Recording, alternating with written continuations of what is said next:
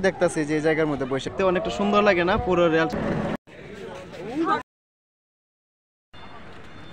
এই যে এসে পড়লাম স্টেশনে। এটা হচ্ছে ফতুল্লা রেলওয়ে স্টেশন। এই যে সাইনবোর্ডটা দেখতে পাচ্ছেন, যদি ঢাকা থেকে আপনি ফতুল্লা আসেন তাহলে এটি পড়বে হাতের ডান সাইডে। আর যদি এই যে বাম পাশ দেখতে পাচ্ছেন, যদি সন্ধ্যার সময় আপনি ঢাকা থেকে ফতুল্লা আসেন, যদি হাতের বাম সাইডে যদি আপনি নামেন তাহলে এটা ফতুল্লা স্টেশন নাকি অন্য কোনো স্টেশন আপনি বুঝতেই পারবেন না।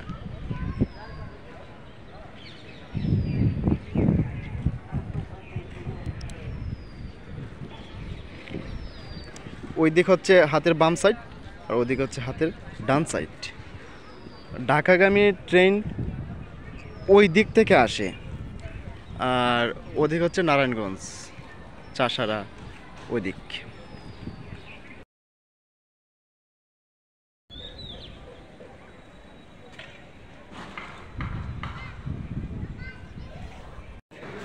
দেখুন প্রিয় দর্শক, এই প্ল্যাটফর্মে ওঠার জন্য ব্যবহার করেছে কাঠের সিঁড়ি, নিচ দিয়ে বাঁশ।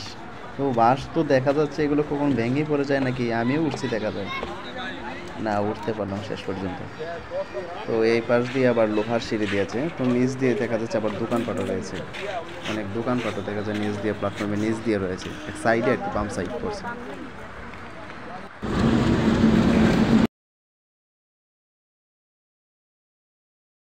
তো দেখা যাচ্ছে ট্রেন এসে পড়েছে। তো আমি আস্তে ধীরে আপনাদেরকে এই ফতুল্লা রেল স্টেশনের ইতিহাসটুকু শোনাই।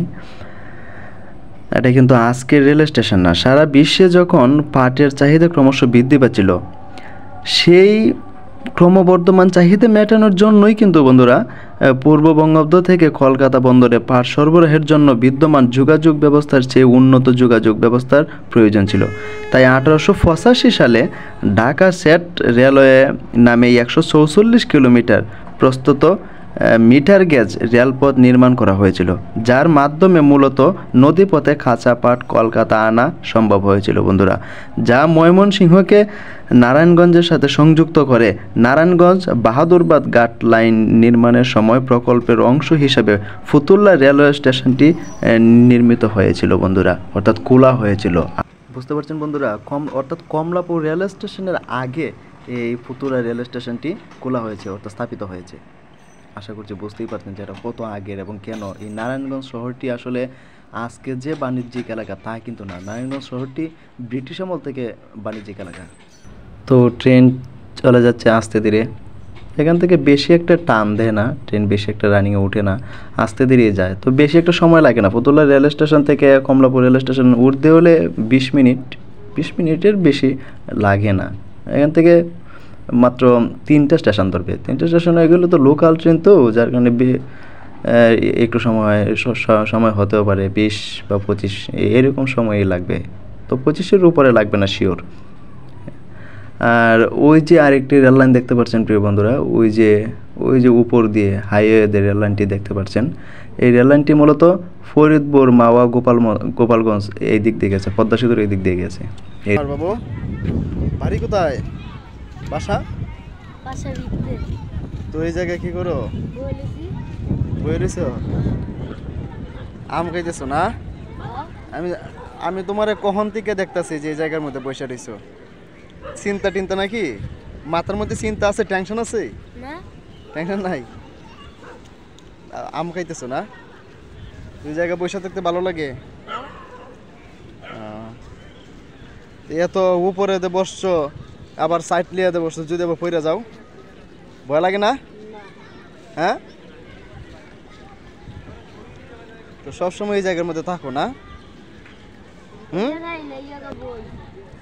এই জায়গার মধ্যে বউ ভালো লাগে বসে থাকতে নাকি? ও, তোমার আব্বু কি করে? কি কাজ করে? কুশিয়ারি গার্মেন্টস।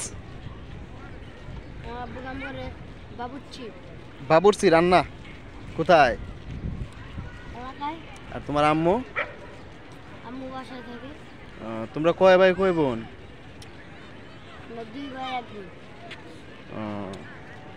তুমি সবার বড় না ছোট?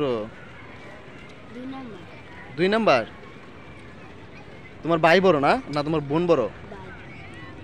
ও, দেখতে অনেকটা সুন্দর লাগে না পুরো রেল স্টেশনটা? অনেক সুন্দর লাগে এই জায়গা থেকে দেখতে।